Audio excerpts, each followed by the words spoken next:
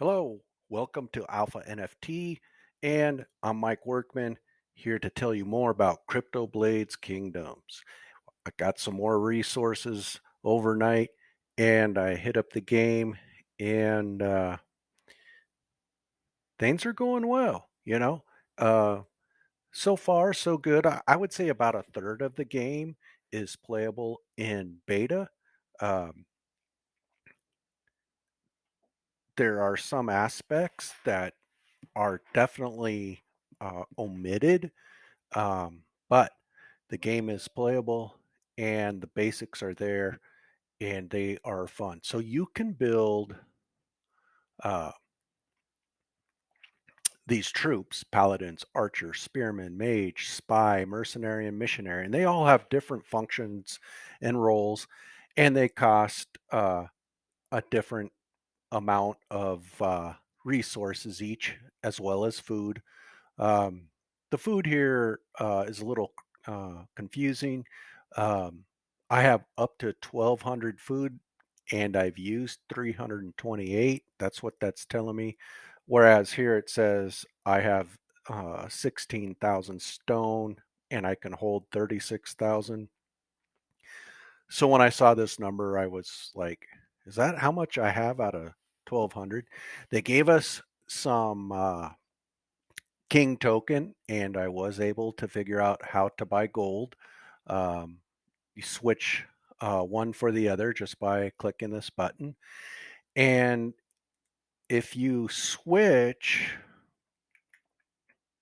uh, gold to king, see, I'm only going to get 47.5 king. So um, there is a small fee. And that's probably because you are pulling money out of a video game into the cryptocurrency world. Um, King token has gone up quite a bit. You can check that out real quick. And then it came back down. And right now, that's a pretty fair price for King token. Um, of course, those of us who bought way down here are a little spoiled, but still, um, three for a penny, guys, is pretty good. I'm gonna wait for the price to go a little lower personally, um, but that's because I have a 500,000 king already, um, so I can do that. But um, while the price was shooting up, I was selling. Um, don't know if this will show my trades. No, that's on my other account. So um, yeah, I'm on testnet account, guys. So it's not going to show um, what I've been doing. But yeah, it's almost to the point where I'll start buying again. Um, I really believe um, a good price is around 1 penny for King token, give or take. And once the game breaks out on multiple servers, and there will always be surges, right, in price, and hopefully no currency manipulators get a hold of the token. So let's go back to the game. This is the rally point, and in my village here, this is the rally point. You cannot zoom in. So that's just the way it is for now. This is my storage. This is my barracks, and I can train units here. I can decide which units I need. Uh, Archer, uh, briefly going off the top of my head, uh, uh, good damage, 4 or 5 hit points, 3 for damage. Spearman, 4 or 5 hit points, 3 for damage.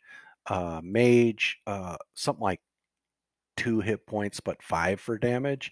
Paladin is the opposite. He's like 7 for health and 2 for damage.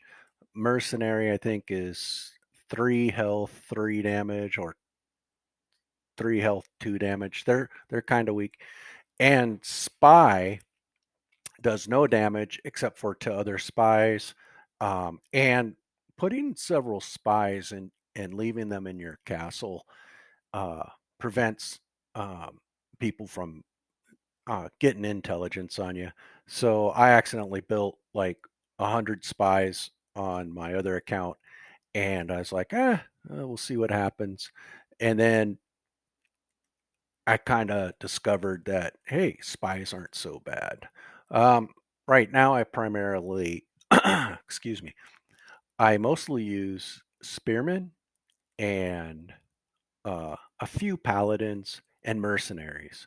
The reason I like mercenaries is they're quick to build, and the reason I like uh, spearmen is they are cheap.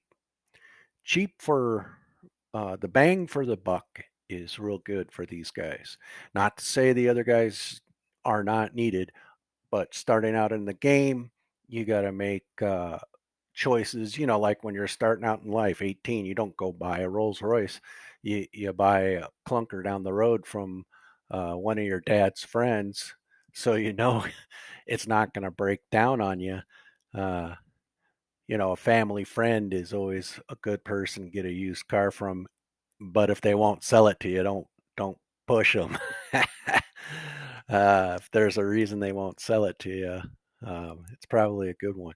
So the farm, uh, it increases your uh, max population, and I think that max population pertains solely to uh, your troops, and you know that's kind of it, guys. I mean, you go up here to Siege, you can see the map, and um, you can see my coordinates where I'm on the map. And if the map doesn't come up, like it, excuse me, it rarely does, rarely comes up. Hey, that alarm means that the daily candle is about to change in the crypto market, which means uh, we're going to see how we close out the day in a few minutes. And I love to catch that most of the time, but yeah, I kind of already been checking out the markets all day. So as far as doing that, I'm I'm just I'm okay missing it. So I've even found out I have to clear out my cache, and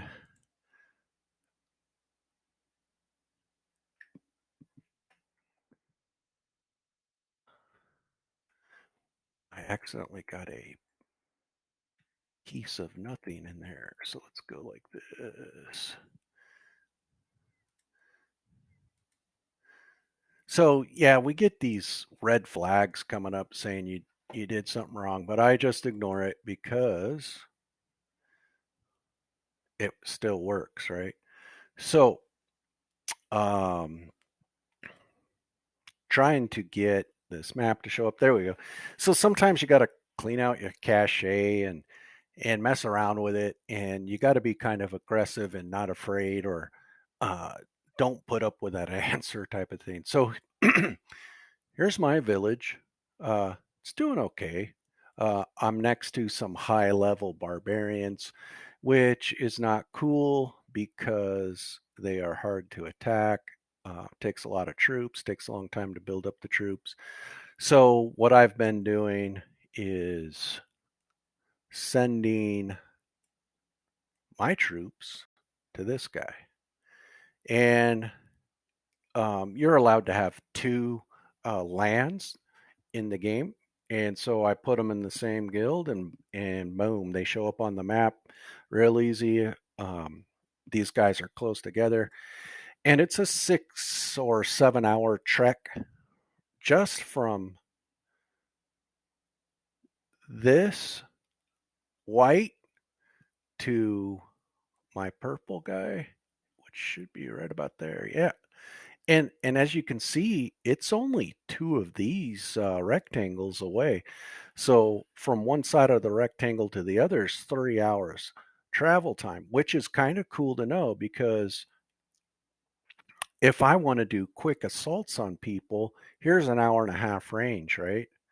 That's an hour and a half. Um, go this way, and the middle here, that's about an hour and a half away. Anybody within that, um, hey, you should be my ally, my partner.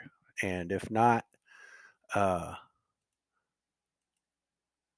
I'm coming in to attack. So there's two different guilds right there.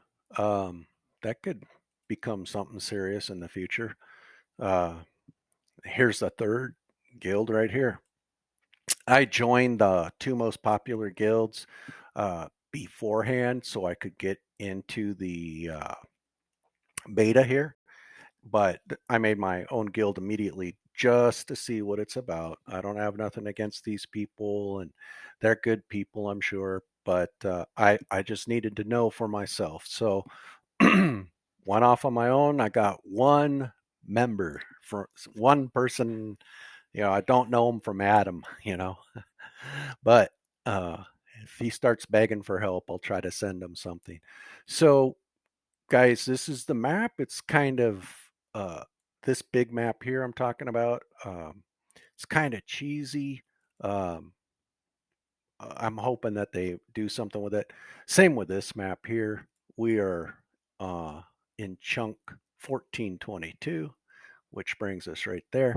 And you know, it doesn't have to be perfect, but if they did an overlay of the real map, uh, at at least here, um, some type of uh, identification.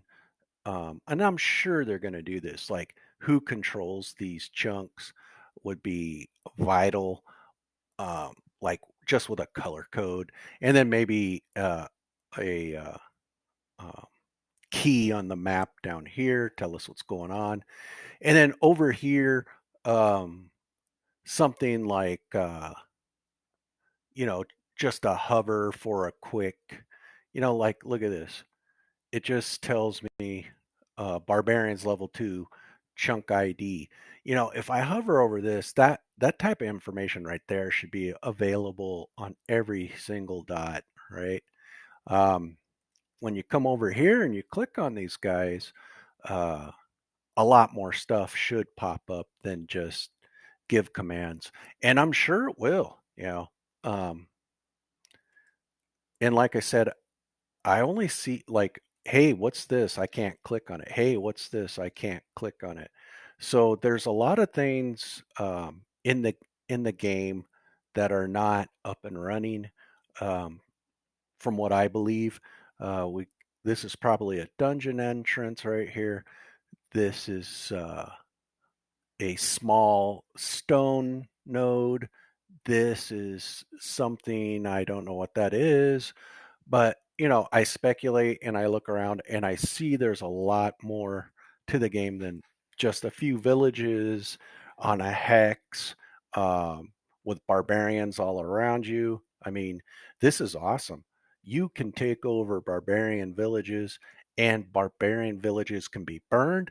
And burning a barbarian village that is level 8 would give you a lot more silver than burning a barbarian village that was level 4 or level 1.